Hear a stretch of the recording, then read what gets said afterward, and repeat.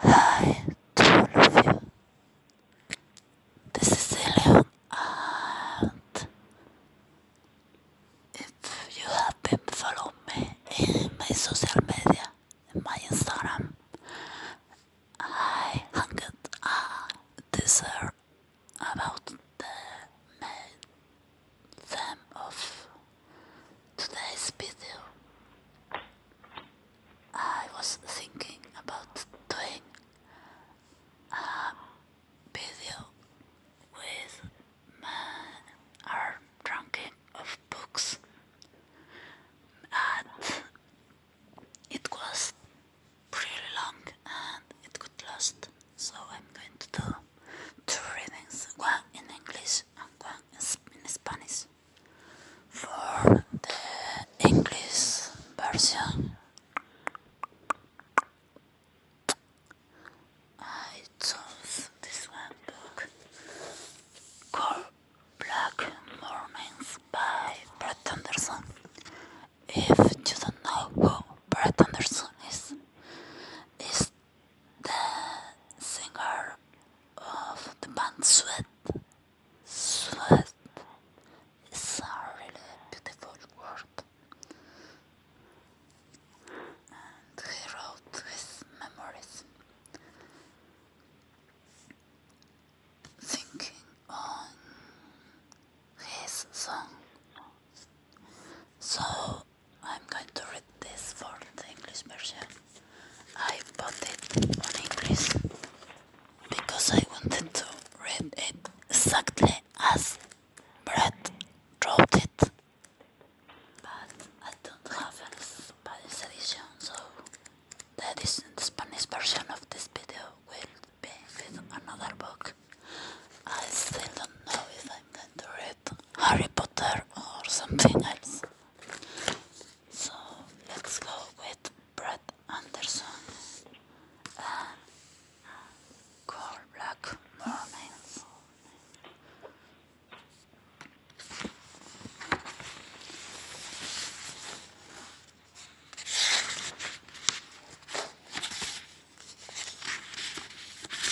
For Lucian. Forward.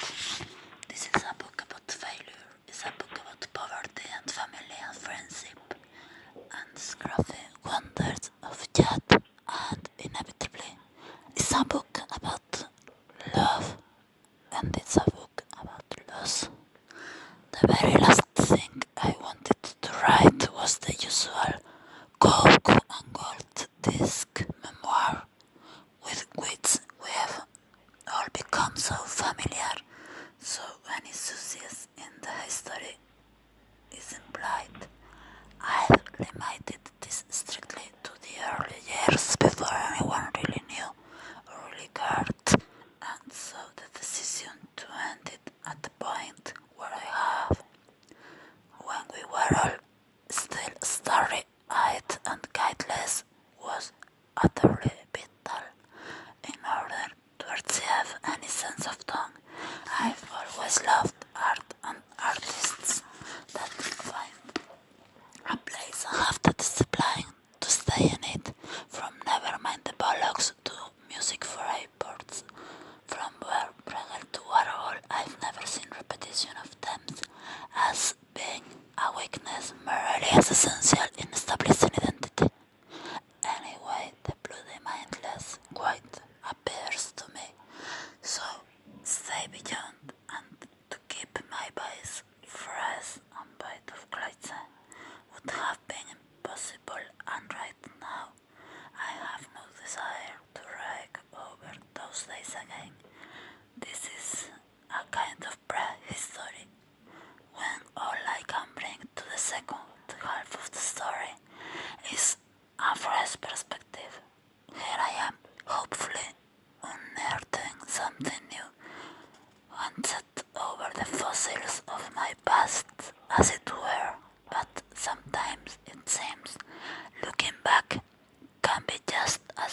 family as looking forward, learning for the person you were, often in the sense of how not to do things, but occasionally glimpsing those moments of wonder to which jot alone is often private.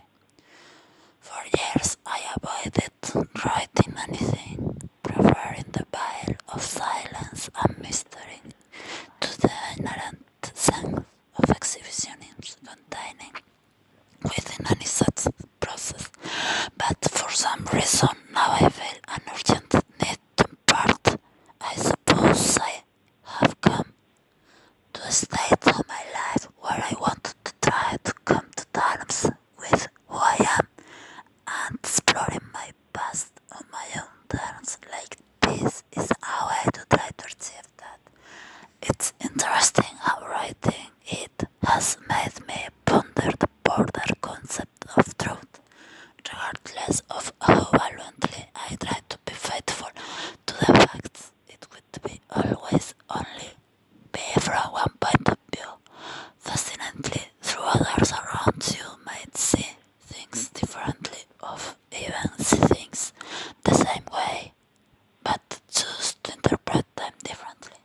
So it's important to understand that there is no such thing as an absolutely truth, just perspectives. Certainly, writing it has been a great experience, and revisiting those distant corridors has at its point blanked me magically back, reliving the feelings, the breathless shivers of love, the crushing pain of loss, and death, and forming the words for some of the chapters are being hearts, and times passed me to tears reading it through.